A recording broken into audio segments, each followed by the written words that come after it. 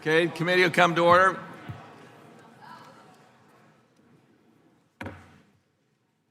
Morning. Pursuant to Committee Rule 5F, House Rule 11-2H4, the chair may postpone further proceedings to any other question approving a measure or adopting an amendment on which a recorded vote or the ayes and nays are ordered, and without objection, the chair is authorized to declare recess at any time. Today, the committee will consider H.R. 3409, Coast Guard Reauthorization Act of 2019, H.R. 2548, Hazard Eligibility and Local Projects Act, H.R. 2726, Banning Smoking on Amtrak Act of 2019, and H.R. 3362, Small Airports Mothers Rooms Act of 2019. The first item for consideration is H.R. 3409, Coast Guard Reauthorization Act of 2019. I now call up H.R. 3409, asking unanimous consent to discharge Subcommittee Coast Guard Maritime Transportation for further consideration of H.R. 3409, that it be considered as read and open to amendment at any point without objection, so ordered. No objection. I'm pleased to speak in favor of this bill. Again, in the tradition of the committee, bipartisan legislation to reauthorize funding for the United States Coast Guard and the Federal Maritime Commission for years 2020 and 2021, and address other important issues raised by maritime stakeholders. I'm pleased to have ranking minority member Sam Graves, and chair and ranking minority member on Subcommittee on Coast Guard and Maritime Transportation, respectively, Sean Patrick Maloney and Bob Gibbs, joined me on this important legislation. They contributed mightily to the product, and I appreciate the work they've done and their staff has done. In fact, we have worked extensively to include in this legislation several bipartisan bills introduced by other members of this committee from both sides of the aisle, and I want to thank them as well for their cooperation. As we know, the Coast Guard has suffered from insufficient budgets for a number of years, mostly as a byproduct of mandatory cuts imposed by the stupid Budget Control Act.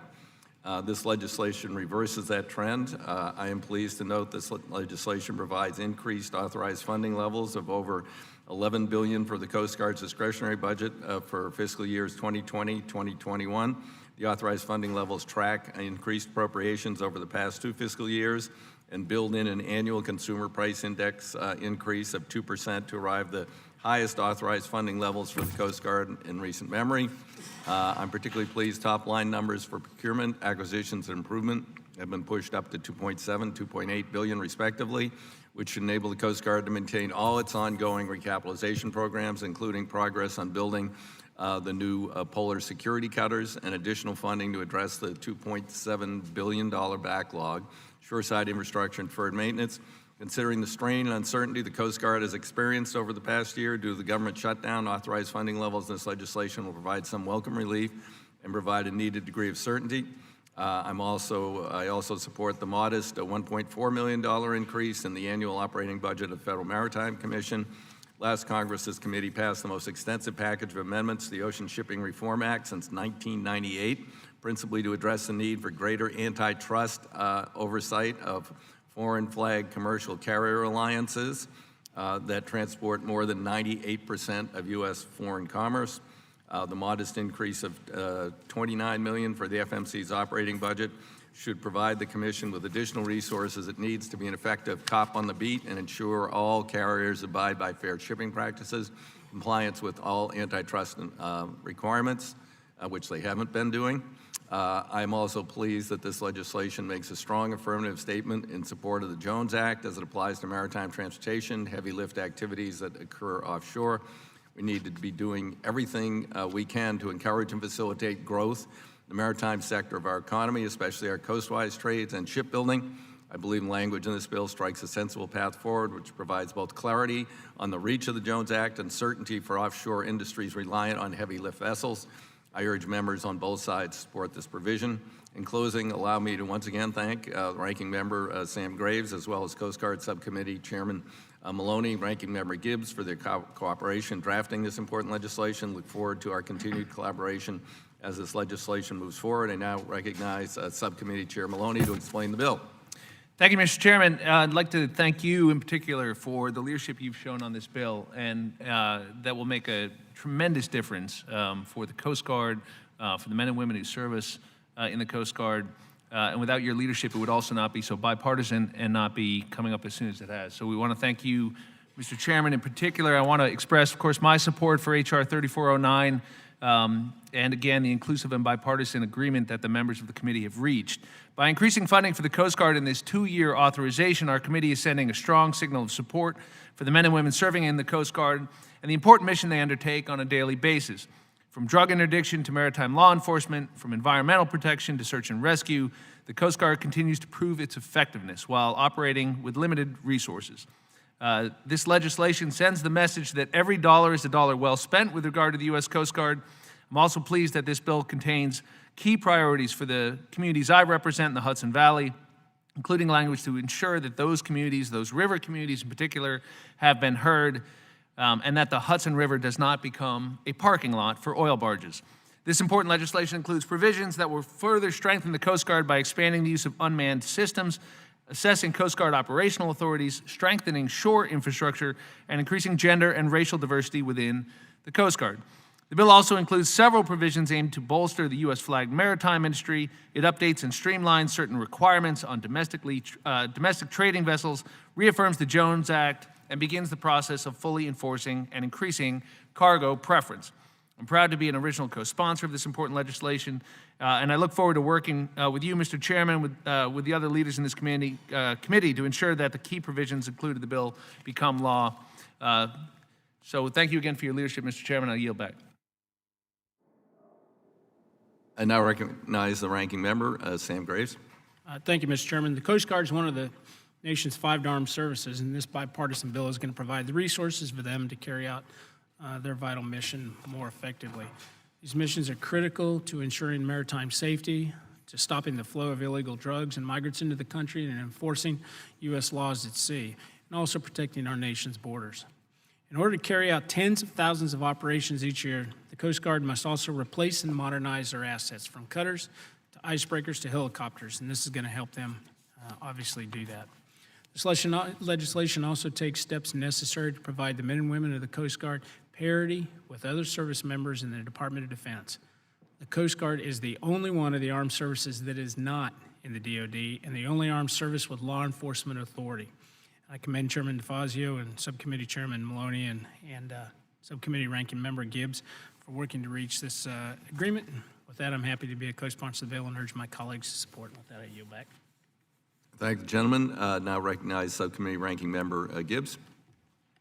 Thank you, Chairman DeFazio. H.R. 3409 represents the House's commitment to the men and women serving in the Coast Guard and lays the groundwork for maintaining their mission capability in the future. It also represents the bipartisan spirit that so often falls below the radar in Capitol Hill. At a time when the issues dominating the headlines fuel political fighting, it is refreshing to work with my colleagues from both sides of the aisle. We crafted this legislation that recognizes the port and coastal security, drug interdiction, and maritime safety are common sense issues, not Republican or Democrat issues. This Coast Guard reauthorization addresses priorities important to both East-West Coast, the Inland River System, and the Great Lakes. All these regions are well represented by the chairs and ranking members of the committee and subcommittee. The Coast Guard plays an important and unique role in national security and maritime safety. It is a critical component in carrying out drug interdiction efforts, keeping our ports and coasts safe, and conducting ice-breaking operations. H.R. 3409, the Coast Guard Authorization Act of 2019, helps the Coast Guard better perform their missions and encourages the use of cutting-edge technology to improve operations. Utilizing drone technology and upgrading computer systems will help Coast Guard personnel complete their missions. I'm also proud of the commitment made to the Great Lakes in this bill. Working with Congressman Mike Gallagher from Wisconsin, we have emphasized the economic importance of the Great Lakes and the necessity of new dedicated icebreakers on the lakes to keep commerce moving. Thank you to Chairman DeFazio, Ranking Member Sam Graves, and Subcommittee Chairman Maloney for working in a bipartisan fashion to give the Coast Guard the resources it needs to accomplish its mission. I urge my colleagues to support the bill, and I yield back. I thank the gentleman. With that, I'd ask if other members of the committee have statements they'd like to make.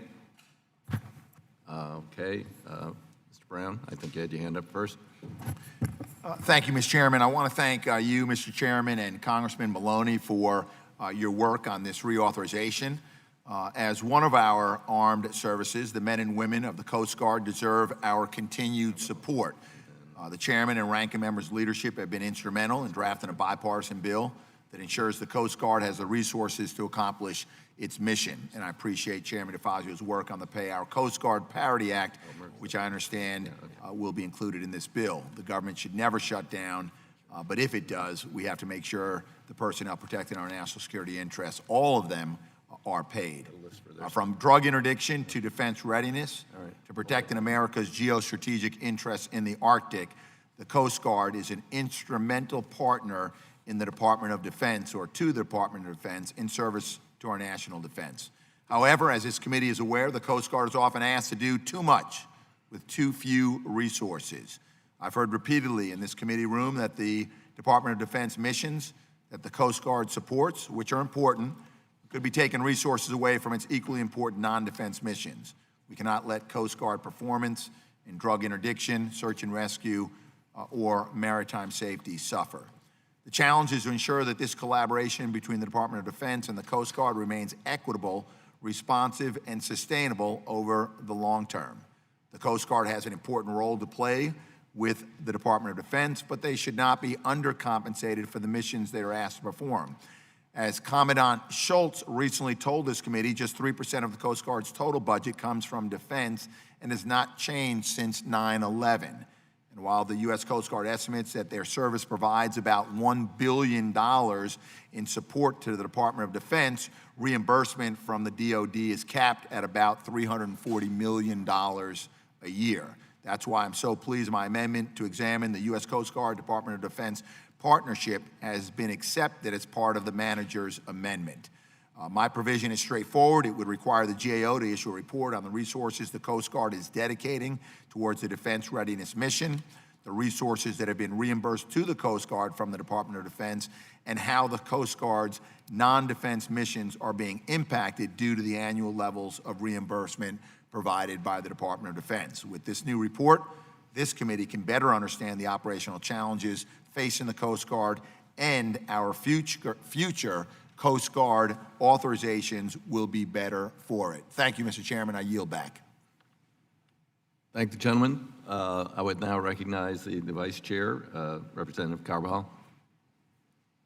Thank you, Mr. Chairman, DeFazio and Chairman Maloney, for your leadership today in bringing this bill forward to reauthorize the Coast Guard and support the brave men and women who serve our nation. As many of us know too well, the Coast Guard's mission is varied and extensive, from its storied search and rescue operations to preventing cyber threats and being our first line of defense against drug smugglers. The Coast Guard provides critical services to our local communities. I am honored to have a Coast Guard station in Morro Bay of my district. However, I have heard from many of my constituents that the basic allowance for housing has been insufficient to meet the high housing costs in the Central Coast of California. As a result, many have had to move to areas that can be over an hour's commute. Currently, 25 crew members are living outside the emergency 20-minute recall area because housing costs are too expensive and more than their basic allowance for housing. I am grateful to Chairman DeFazio and his staff for their willingness to work with me on report language that involves looking into the basic allowance for housing and how we can meet the needs of the brave men and women who have dedicated their lives to serve our nation. I support passage of this bill. Mr. Chair, I yield back. Thank the gentleman. Representative Mercoselle Powell. Thank you, Mr. Chairman. I would like to express my support for this important bill, which incorporates a bill that I introduced along with my colleague, Representative Graves of Louisiana. Our bill, the Coast Guard Shore Infrastructure Improvement Act, directs the Commandant of the Coast Guard to develop a plan to address Coast Guard shore infrastructure issues and to brief Congress on that plan. Those of us who represent coastal districts know all too well how vulnerable coastal infrastructure is to deterioration and damage. 45% of Coast Guard assets have exceeded their service lives, and there's a $2.6 billion project backlog. We must rebuild our infrastructure in an efficient and strategic way that takes into account strong storms and storm surge that are only increasing in intensity with climate change. This bill will ensure that the Coast Guard has the necessary processes in place to implement crucial shore infrastructure repairs. The Coast Guard is already spread thin. I applaud coasties at stations in my district who spend their off-duty time doing repairs and maintenance on site. This speaks volumes of their dedication and commitment. But they shouldn't have to sacrifice time they should be spending with their families and resting. Improving the Coast Guard's deterioration assets is a relatively easy way to ensure American security and a successful Coast Guard exists. And to that I yield back, Mr. Chairman. I thank the gentlelady. Representative Gonzalez Colon would be next. Thank you, Mr. Chairman.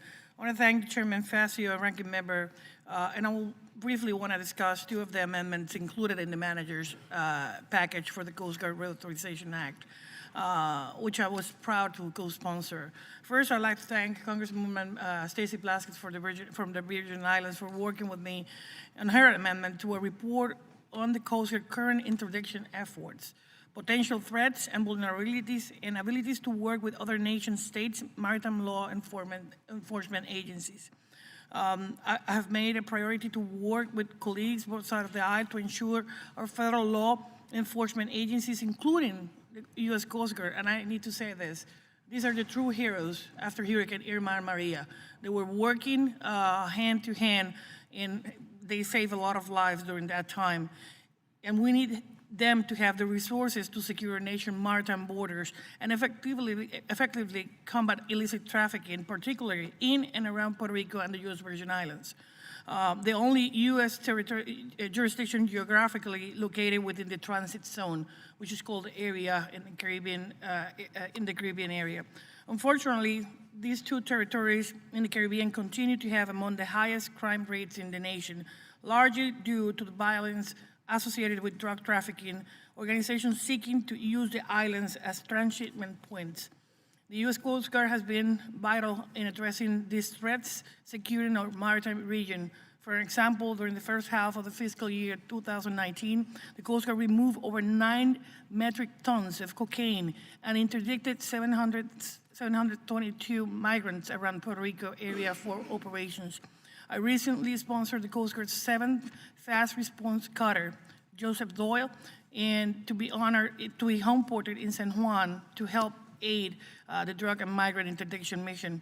And to ensure we have the necessary assets and strategies in place, we introduced the Maritime Border Security Review Act to require the Secretary of Homeland Security to conduct a detailed threat analysis of the United States maritime border, including the transit zones and the borders and territorial waters of Puerto Rico and the U.S. Virgin Islands. The bill passed the House by voice and was eventually enacted into law as part of the FAA Reauthorization Act of 2018. I worked with the Appropriations Committee to secure the language requiring the Department of Justice and Homeland Security to prioritize law enforcement and counter-drug resources for the two territories. And we also work with Congresswoman Murphy to include a provision in Financial Services Appropriation Report to direct the Office of National Drug Control Policy to update the Caribbean border counter-narcotics strategies. I strongly believe that this amendment, Plaskett's amendment included in the manager's pack, will help us further strengthen these efforts. And I want to thank the committee and the leadership in this issue.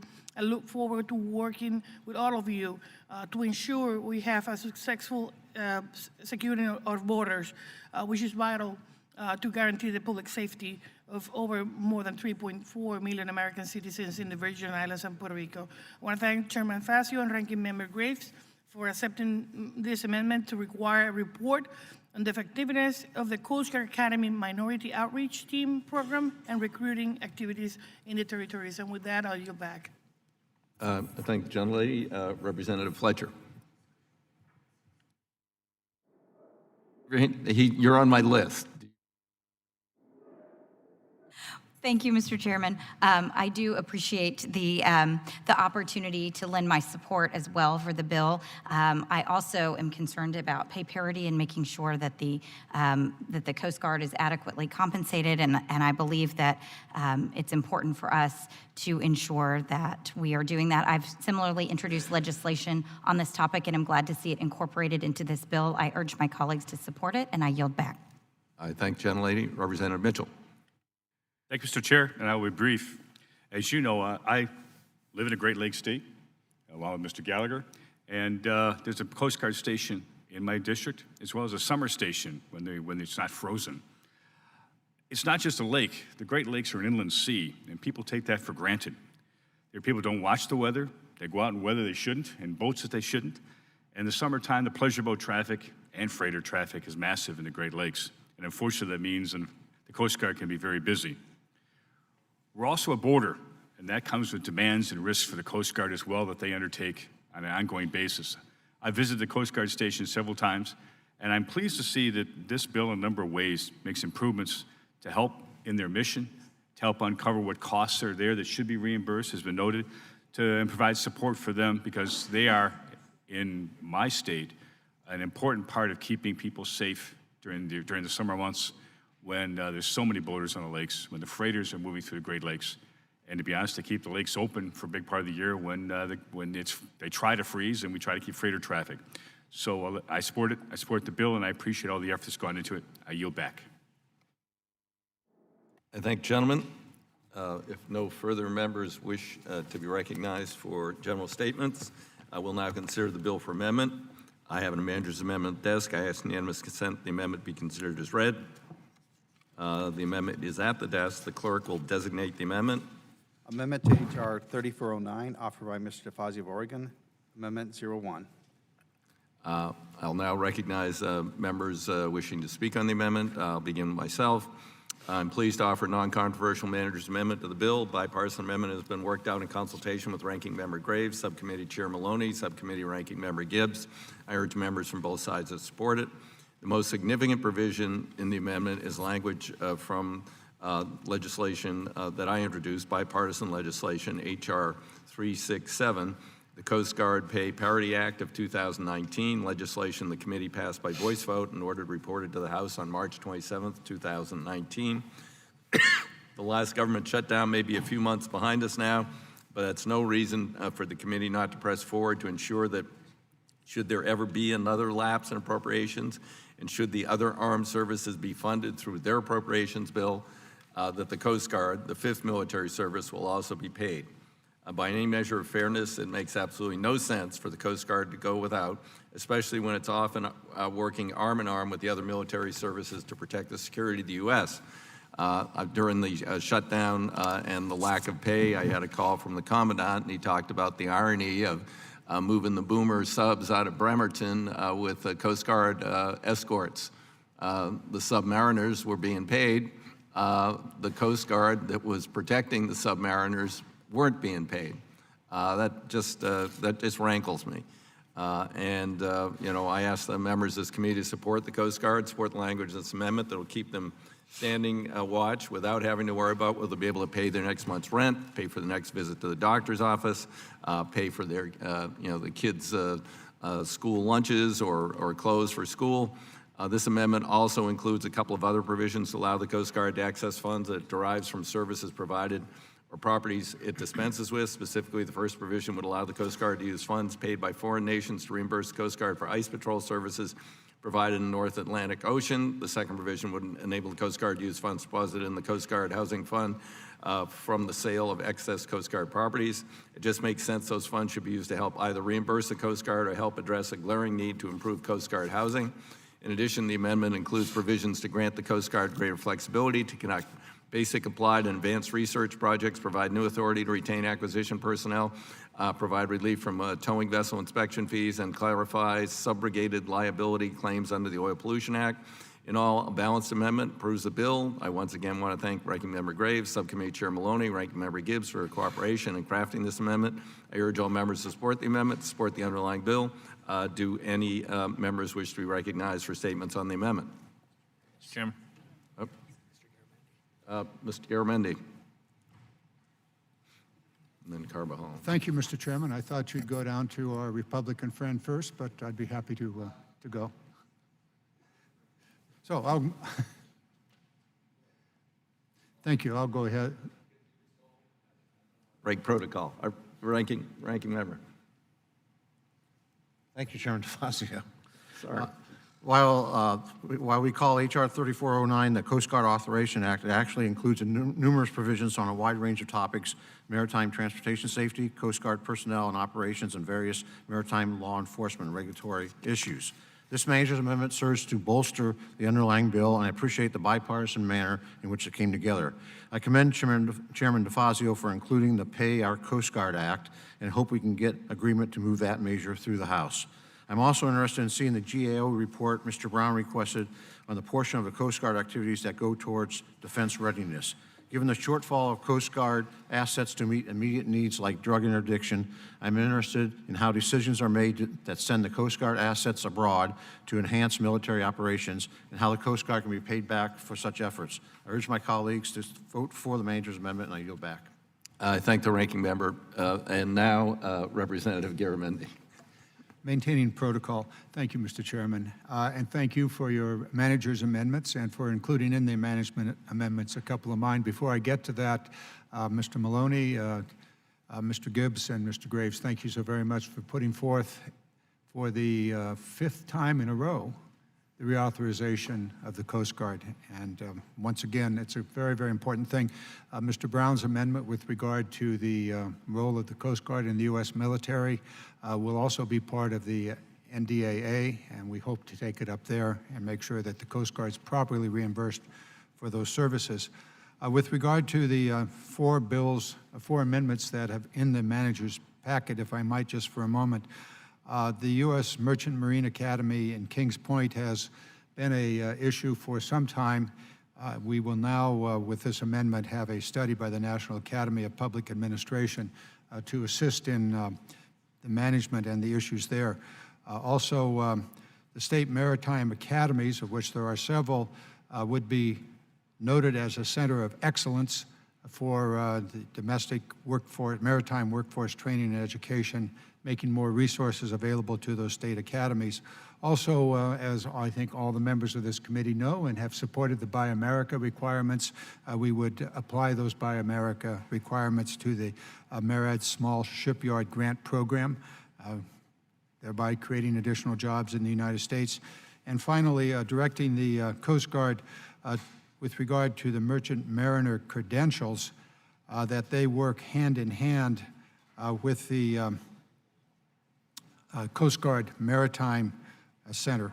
And so all of these are in the bill, and this is a 5-year duration of the work requirements that they coincide with the other requirements. So they're there. I thank the Chairman for including those in the amendment, and I thank the Chairman for his work, particularly with regard to paying the Coast Guard if there's a shutdown of government. Thank you. Thank you, gentlemen. Representative Maloney, the subcommittee chair. Thank you, Mr. Chairman. Proud to support the bipartisan manager's amendment. It addresses key issues, including Coast Guard housing, abandoned seafarers, and most importantly, ensures pay and benefits for Coast Guard service members.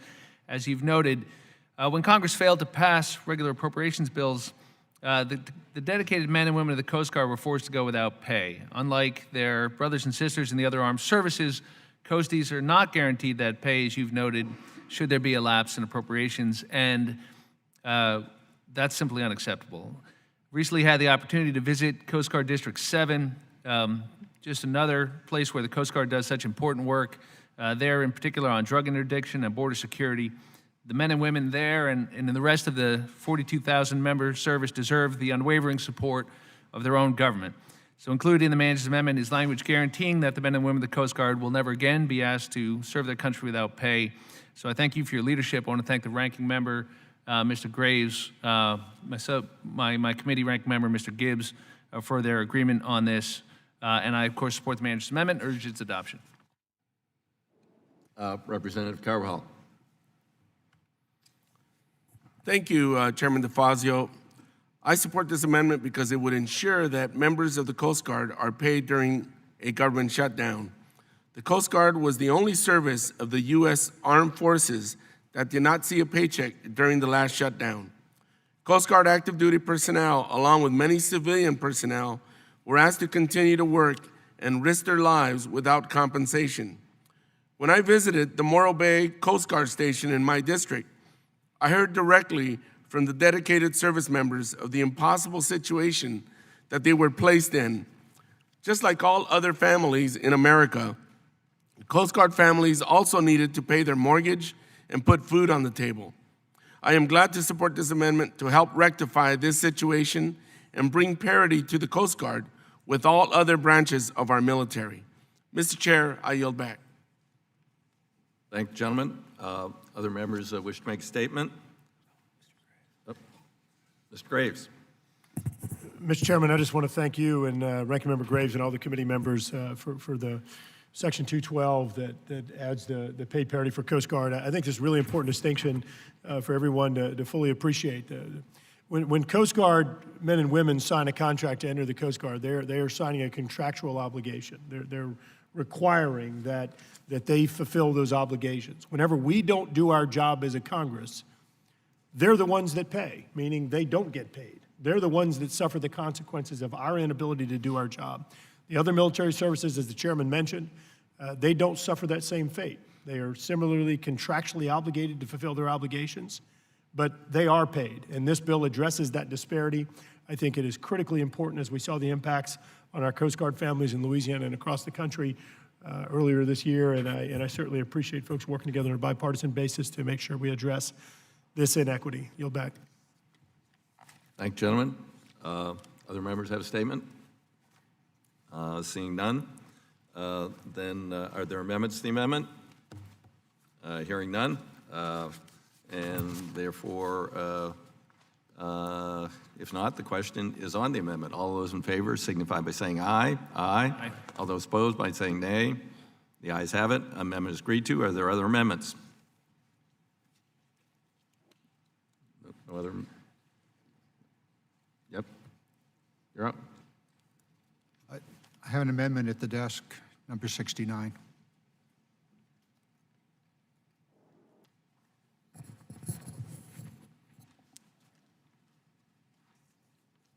Having the right to object, so ordered. The clerk will designate the amendment.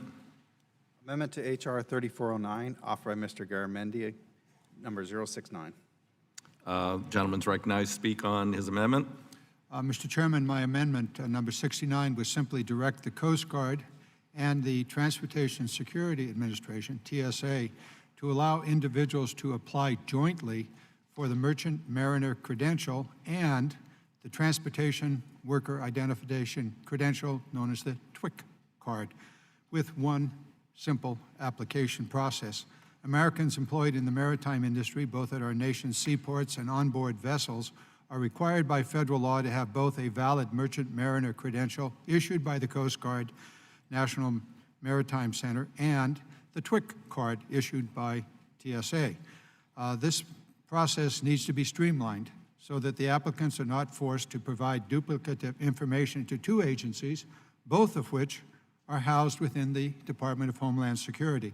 If an individual does not have both of these cards, at the very same time, they cannot legally work and support their families or themselves. Mr. Chairman, it's my understanding that the federal law authorizes the Coast Guard and the TSA to work concurrently, but they don't. What a surprise. However, stakeholders have shared that this joint application authority does exist all the way back to 2006, but has not yet been implemented. So, Mr. Chairman, I need your help. The Coasties need your help. The Coast Guard needs to work with the TSA, and we need your pressure on them to make it happen.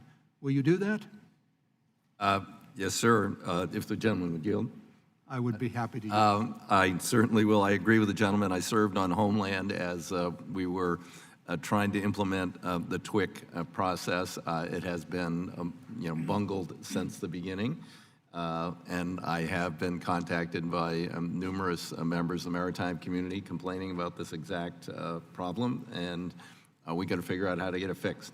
Well, Mr. Chairman, reclaiming my time, there is nobody better positioned to you than to hammer the Department of Homeland Security, the Coast Guard. Yep, get your gavel out. But who's in charge of the Homeland Security? Oh, yeah, well, there's that problem, too. I'll leave it to you, Mr. Chairman, and I'm sure that the members of this committee who have mariners in their district would like to work with you to put whatever motivation might be necessary. So thank you. I'm withdrawing my amendment. Just yielding myself such time as I may consume. I assure you that I will work with all the relevant members of the committee on both sides of the aisle. I'm sure this is a common concern with the ranking member and the subcommittee chair and the ranking member of the full committee and myself, and we will do what we can to find someone in Homeland. Maybe they could just delegate it all to the Coast Guard somehow, but one way or another, we're going to get it done. Thank you, Mr. Chairman. Okay. Other amendments? Yes? In what order are we going? Okay. Representative Graves first. They need to. Thank you, Mr. Chairman. Mr. Chairman, I have amendment number 68. What this amendment does is it... Reserving the right to object as ordered, the clerk will designate the amendment. Amendment to H.R. 3409, offered by Mr. Graves of Louisiana, 068. Gentleman is recognized. Thank you, Mr. Chairman. Mr. Chairman, this provision, what it does is it builds upon existing authority within the Department of Transportation to allow for above water hovercraft and drones to be used in the Gulf of Mexico under a pilot program to demonstrate the technology and the authority and the utility over water.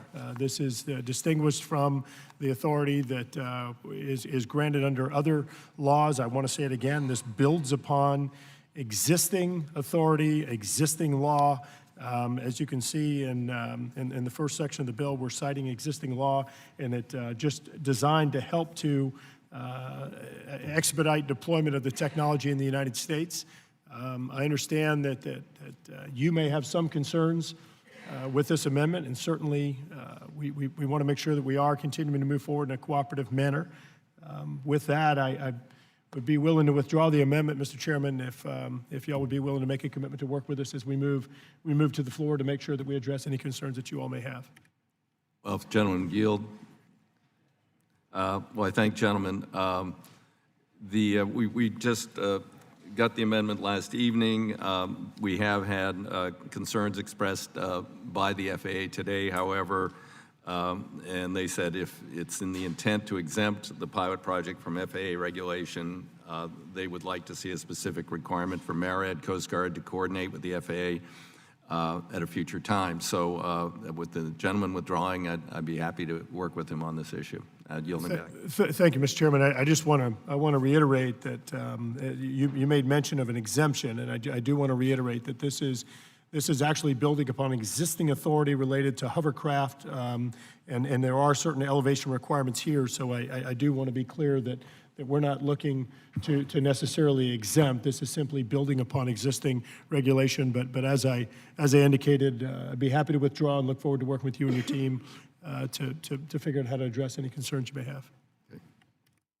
I yield myself such time as I may consume. I thank the gentleman and would be happy to work with him on this issue. So with that, other members?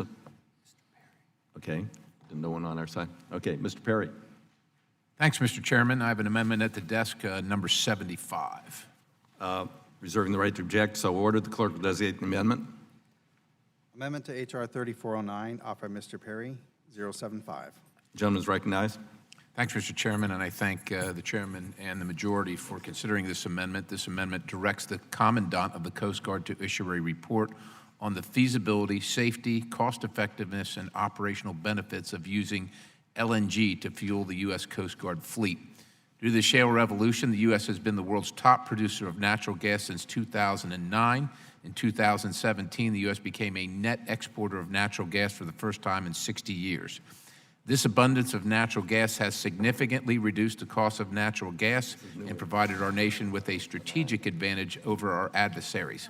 Given the high level of expenditures by the U.S. Coast Guard on fuels, it is important that the U.S. Coast Guard look at alternative sources of fuel for their fleet of vessels, especially those currently available in large quantities and at a low price. While fueling vessels with LNG may offer significant cost savings, there are additional benefits associated with such a switch. These include significant reductions in sulfur oxide emissions, significant reductions in particulate matter emissions, and substantial well-to-wake GHG emissions reductions. Again, this amendment simply asks the Commandant to report on the feasibility, safety, cost-effectiveness, and operational benefits of such a switch. It does not mandate the use of LNG to fuel vessels. I thank you for your consideration and urge support of the amendment. Thank you, Mr. Chairman. I yield. Other members wish to be recognized on the amendment? Yes, Mr. Gibbs. I'd just like to concur with Representative Perry. I think this is a good amendment. I urge support of it. I think that we have lots of natural gas because of the shale revolution in this country, and we need to move forward. It's good for the environment, it's good for national security, and just urge support of the amendment. Any other members? Seeing none, then those in favor of the amendment will vote aye.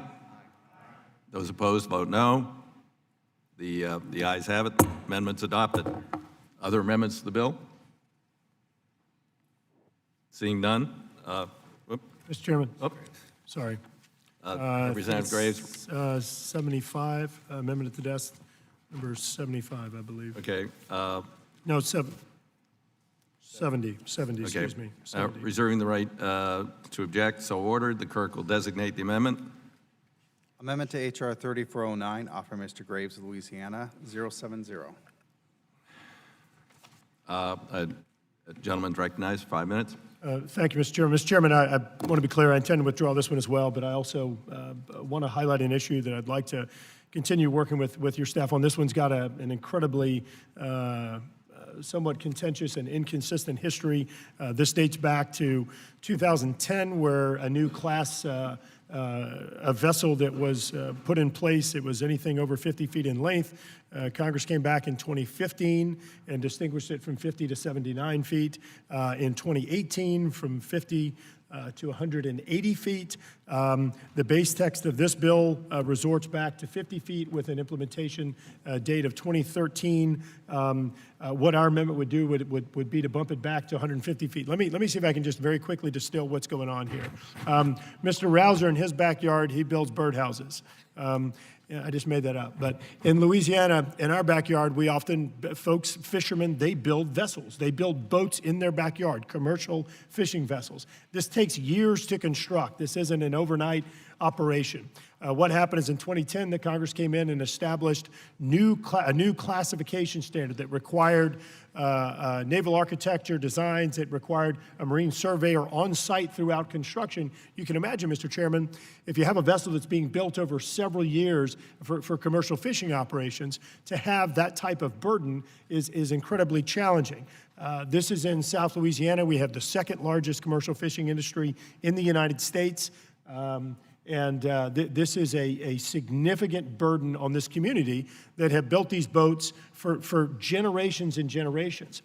We're concerned that what's going to happen by putting these more expensive and onerous standards on these fishers, what they're going to do is they're going to end up extending the life because their old boats are grandfathered in. They're going to end up continuing to use these less safe vessels rather than coming in and doing new construction, building safer, newer boats. And so this simply recognizes that the construction time for building boats in this manner in their backyard, that it does take several years. It gives them more visibility. It makes the effective date effective on enactment upon this bill, which would simply grandfather in these vessels that have been under construction for many years in these folks' backyard, and it's going to result in a more safe scenario because otherwise you're going to have folks that are going to be taking boats built in the 1950s, 60s, and 70s and extending the life of those whenever they're less safe designs and aren't incorporating new technology in. I want to make note that under under the 2010 changes, that some of the requirements of the inspection standards and having a marine surveyor on site during construction, those are more onerous, more expensive standards than other vessels or commercial vessels are required. I understand complex issue, complex history, but Mr. Chairman, I wanted to highlight this issue and would like to work with you and the committee staff as we continue this, moving it to the floor. And I'd be happy to yield. I thank the gentleman. We have authorized alternate safety compliance programs to give some flexibility. From what you're sketching out, apparently they aren't working as intended, and I'd be happy to work with the gentleman and the subcommittee ranking and chair and the Coast Guard to see what would be a way to deal with this issue. So. Thank you, Mr. Chairman. I appreciate it, and there is an alternative compliance that's under current law. However, under the alternative compliance, the fishers that we're working with have indicated the alternative compliance is just as onerous as the underlying. And also make note that the Coast Guard was unable to even establish a classification system for these folks to comply with within the amount of time that was required for the effective date under the previous laws. So thank you very much for the commitment. Look forward to working with you to resolve this issue as we move the bill through the process. The gentleman withdraws? Okay. I thank the gentleman. Are there other amendments? Seeing and hearing none, the question is now on the adoption favorably reporting H.R. 3409 as amended to the House of Representatives. All those in favor signify by saying aye. Aye. Those opposed by saying nay. The ayes have it. The bill is approved. Ordered reported favorably to the House. Our second item for consideration is H.R. 2548, the Hazard Eligibility Local Projects Act. I now call up H.R. 2548, asking unanimous consent to discharge Subcommittee Economic Development, Public Buildings, and Emergency Management from further consideration of H.R. 2548, and that it be considered as read and open to amendment in 8 point. Without objection, so ordered. An amendment in the nature of a substitute offered by Representative Fletcher was filed. Does Representative Fletcher wish to offer amendment? Yes, Mr. Chairman, I have an amendment. This amendment was circulated in advance. Copies of the amendment are in member packets. The clerk will now designate the amendment. Amendment in the nature of a substitute to H.R. 2548, offered by Ms. Fletcher, 010. Without objection, the amendment in the nature of substitute shall be considered as read. The amendment in the nature of substitute shall be considered base text for purposes of amendment.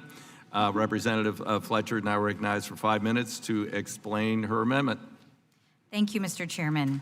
My amendment offers technical and confirming changes to my bill, H.R. 2548, the Hazard Eligibility and Local Projects, or HELP Act. Under Section 404 of the Stafford Act, FEMA provides up to 75% of funds for cost-effective mitigation projects through Hazard Mitigation Grant Program. Local municipalities, states, and tribes are responsible for meeting the remaining 25% match. As members of this committee will recall, Hurricane Harvey hit Houston and the Gulf Coast in August of 2017, causing an estimated $125 billion in damages. And nearly 2 years later, as we're now entering the 2019 storm season, people in Houston and along the Gulf Coast have seen little progress in the commencement of mitigation projects that are clearly needed. My constituents have told me that they are afraid another rainstorm will come and that their homes will flood again. Local leaders, including the City of Houston and Harris County, have identified the risk of losing federal FEMA matching funds as a deterrent to starting certain mitigation projects for flooding in our area. People in my district and across the country are frustrated and confused by the glacial pace that mitigation projects can and often do take. And that's why I introduced this bill. When states or municipalities apply through the Hazard Mitigation Grant Program, projects, regardless of size or scope, require a comprehensive review to make sure all requirements of the National Environmental Policy Act, NEPA, or other statutory requirements are met. In many cases, like in the Houston area, local municipalities want to move quickly after a natural disaster on projects like land acquisition for water detention and other small mitigation efforts that can have a tremendous impact. The one-size-fits-all approach to reviewing projects through the Hazard Mitigation Grant Program needlessly delays this mitigation work. That's why I've introduced the HELP Act, which will allow land acquisition projects and simple construction projects that do not require an environmental impact statement under NEPA to commence immediately without the risk of losing potential federal matching funds, which is essential for these projects. I would particularly like to thank my co-sponsor, Mr. Meadows, for working with me on this bill. Disaster mitigation is not a partisan issue. I'm glad to work together to address government inefficiencies where they exist. This is one that is deeply impacting my community, and I appreciate consideration of this bill. There is still much work to be done to prepare for the next storm, but I'm hopeful that the HELP Act will make it possible for local municipalities and states to receive project approval in a more efficient manner. I'd like to thank the chairman and committee staff for working with my office in developing this legislation. I urge my colleagues to support this important legislation, and I yield back the balance of my time. Thank the gentlelady. I'd like to yield myself such time as I may consume to speak in favor of her legislation and the amendment. She has been a very persistent advocate in pointing out the problems with this program and the potential for yet another disaster unless some of these steps are implemented before the next severe storm. The Hazard Mitigation Grant Program started in 1989. We've obligated more than $5.2 billion to projects, but $1 billion have been unobligated, not spent, and they were returned to FEMA. Not that the need wasn't there or her constituents had a need. They have proposals that are very meritorious, but the burdensome review process just stymied all their best efforts. These projects are all categorically exempt from NEPA review, as you pointed out. This does not cause any issues regarding NEPA. It just really clears red tape and bureaucracy out of the way so that these projects can go forward as intended with merit. So with that, I'd see if any other members have remarks. Representative Colon. Thank you, Mr. Chairman. I want to thank in command Congressman Fletcher, because we are facing the same situations in the territories as well. And once FEMA or the federal agencies allocate the funds, they give a short time to make it happen. And actually, we are in the brink of losing a lot of that amount of money in September of this year. So this will expedite and clear the path to make things happen. So with that, I yield back. I thank the gentlelady. Representative Graves. Thank you, Mr. Chairman. I want to thank the gentlelady from Texas for offering this bill. Look, the federal government often re-victimizes our disaster victims because of the inability to act quickly. A hazard mitigation program is just one example, and I certainly do appreciate her addressing some of the rifle shot problems with the program. It certainly needs to happen. We have got to continue spending time focusing on how we can improve government preparedness, government response, and government recovery to these disasters. We end up spending way too much money. We take way too much time. Mr. Chairman, I also want to highlight that in the Bipartisan Budget Act last year, we provided, I want to say it was $16 billion. I need to go back and look at the figure, through the Department of Housing and Urban Development for flood mitigation, which is the jurisdiction, that program or that objective is under the jurisdiction of this committee. Obviously, being under HUD, it went under the Appropriations Committee and the Financial Services Committee. HUD hasn't even written the rules, on how this money is going to be spent. It was appropriated in February of 18.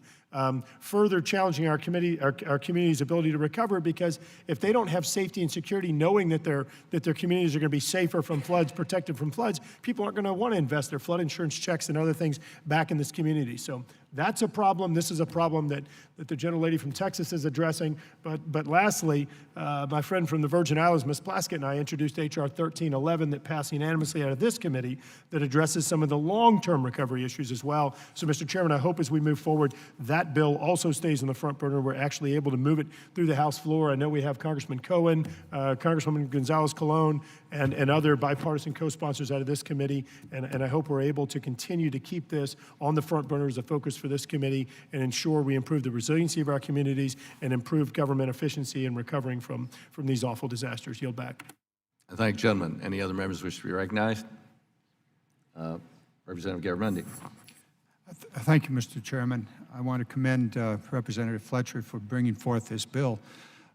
Those of us in California have had more than enough disasters, and this issue addresses a very well-known and unfortunate problem in our state of trying to use this hazard mitigation money early on to prepare ahead of the next storm or the next fire or the next earthquake, as the case might be. It's a very important element in protecting our communities, and Ms. Fletcher, thank you very much for bringing it forward and for the committee moving this legislation along. Okay. Thank the gentleman. Other members wish to be recognized? Seeing none, then we'll consider the bill for amendment. Are there amendments to the amendment in the nature of substitute? Hearing none. The question is on the amendment in the nature of a substitute. All those in favor signify by saying aye. Aye. All those opposed signify by saying nay. The ayes have it. The amendments in the nature of substitute are agreed to. The question is now on the adoption favorably reporting of H.R. 2548 as amended to the House of Representatives. All those in favor signify by saying aye. Aye. All those opposed signify by saying nay. The ayes have it. The bill as amended is approved and ordered reported favorably to the House. Our third item for consideration today is H.R. 2726, the Banning Smoking on Amtrak Act of 2019. I now call up H.R. 2726, asking unanimous consent to discharge Subcommittee Railroads, Pipelines, Hazardous Materials from further consideration of H.R. 2726 and to be considered as read and open to amendment at any point. Without objection, so ordered. This bill was introduced by Representative Norton. This bill codifies existing internal policy at Amtrak that prohibits smoking or using electronic cigarettes on Amtrak's trains. Last year, we addressed a similar gap in the code and included a provision in the FAA Reauthorization Act to prohibit the use of electronic cigarettes on airplanes. This bill puts Congress on record supporting protections for the traveling public from the risk of secondhand smoke, and I urge my colleagues to support the bill.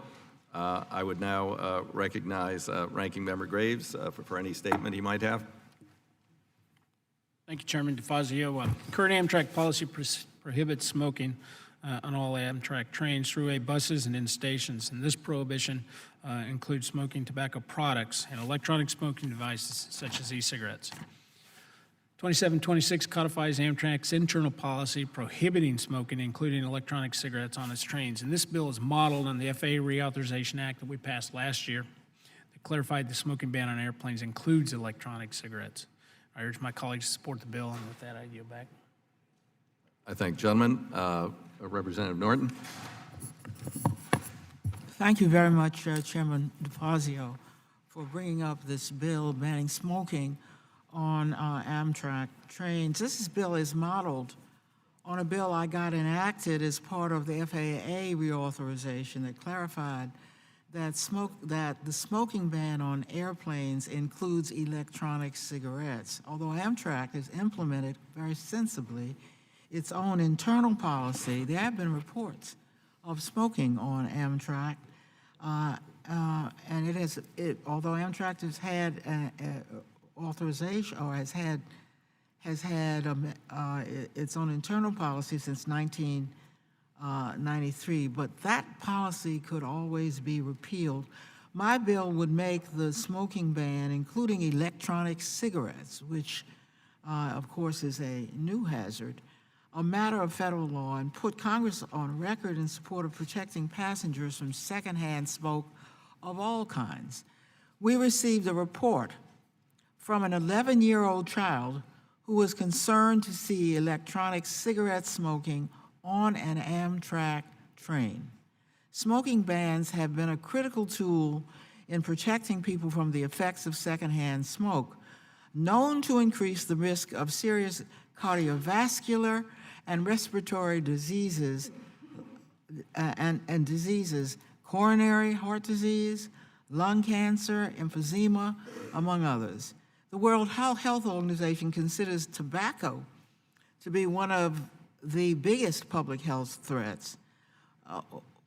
in a world in the world today, killing more than 7 million people every year, while more than 6 million of those deaths are the result of direct tobacco use. Around 890,000 non-smokers exposed to secondhand smoke are killed every year by secondhand smoke. Under my bill, smoking would be banned on Amtrak trains in the same manner as we have already indicated must be done on airplane travel. According to the WHO, there is no safe level of exposure to secondhand tobacco smoke. Even short-term exposure can potentially increase the risk of heart attacks. I strongly urge my colleagues to support this legislation. I yield back, and thank you, Mr. Chairman. Thank you, gentlelady. Any other members have statements? Seeing none, are there any amendments to H.R. 2726? Hearing none. Question is now on adoption favorably reporting H.R. 2726. House of Representatives, all those in favor signify by saying aye. Aye. All those opposed signify by saying nay. The ayes have it. The bill is approved and ordered reported favorably to the House. Final item for consideration is H.R. 3362, the Small Airports Mothers' Rooms Act of 2019. I now call up H.R. 3362 and ask unanimous consent to discharge Subcommittee on Aviation from further consideration of H.R. 3362 and it be considered as read and open to amendment at any point. Without objection, so ordered. I would recognize myself. I support the bill introduced by Representative Miller of West Virginia. The FAA Reauthorization Act 2018 included a requirement that medium and large hub airports develop nursing rooms and baby changing tables for the convenience of parents traveling with infants. That was a tremendous step in the right direction, but there's still a large number of airports that the law did not cover.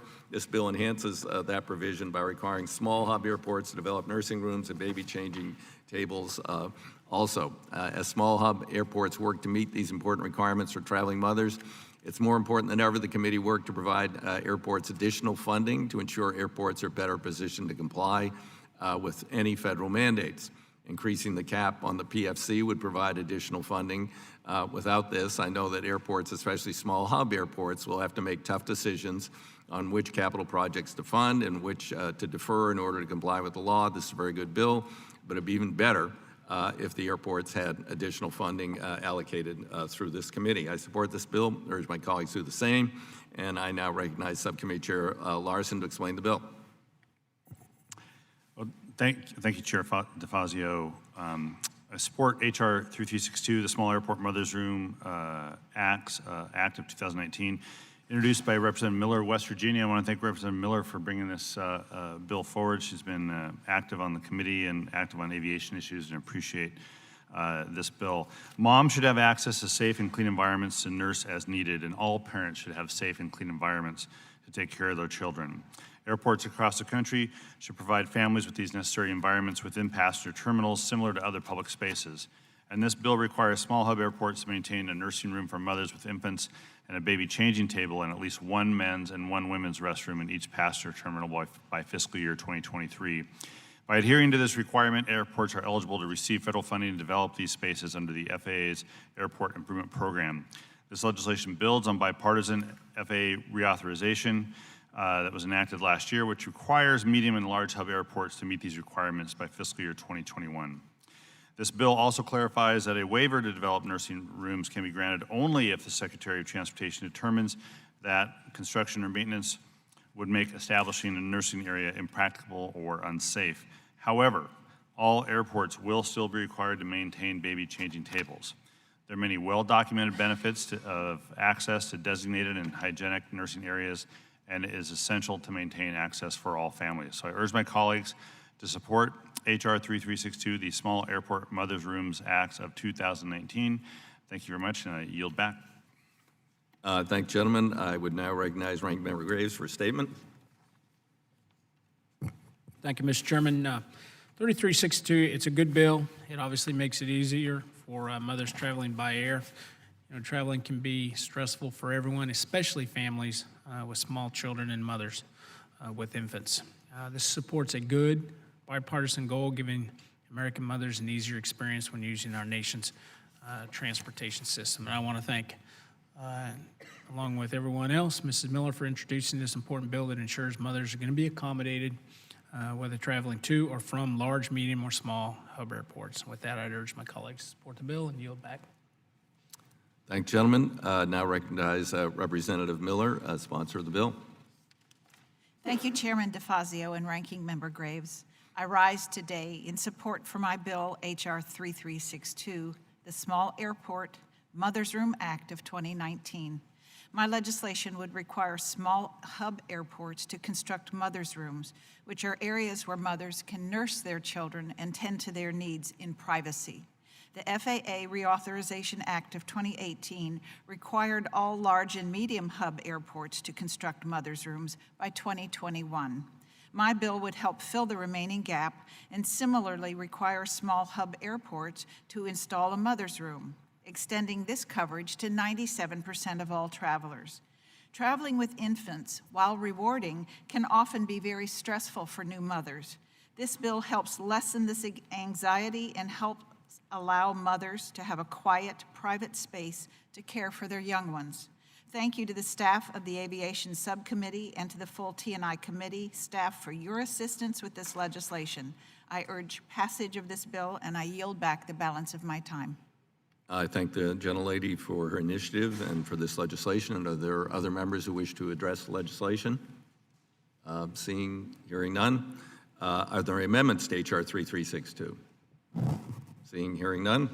The question is now on adoption favorably reporting H.R. 3362 to the House of Representatives. All those in favor signify by saying aye. Aye. All those opposed signify by saying nay. The ayes have it. The bill is approved and reported favorably to the House. I ask unanimous consent that each bill ordered reported today will be reported as a single amendment, the nature of substitute, incorporating amendments adopted. Without objection, so ordered. I ask unanimous consent that the staff be authorized to make all necessary technical, clarifying, conforming changes to each of the bills ordered reported today reflect the actions of the committee. Without objection, so ordered. Pursuant to House Rule 22, Clause 1, I ask unanimous consent the chair or his designee be authorized to offer such motions as may be necessary in the House to go to conference with the Senate on the legislation adopted today. Without objection, so ordered. I ask unanimous consent that pursuant to Rule 9, Clause 2L, members have at least 2 calendar days in which to file a supplemental, minority, additional dissenting views of the legislation adopted today. Without objection, so ordered. I ask unanimous consent that the chairman, after consultation with the ranking member, has authority to strike or revise any provision of the bills reported today that would cause a sequential referral to another committee that would cause the bills or concurrent resolutions to be subject to a Budget Rule Act or Rule 21 PAYGO point of order. That's a dumb thing, but I had to say it. I don't like PAYGO. Without objection, so ordered. Pursuant to Rule 5 of the Rules Committee on Transportation and Infrastructure, the chair notes the presence of a quorum for actions taken on all committee business today. With that, the Committee on Transportation and Infrastructure is completed. Its business for the day, and committee is adjourned. Thank you all. Thanks, Sam. Yep. See you later.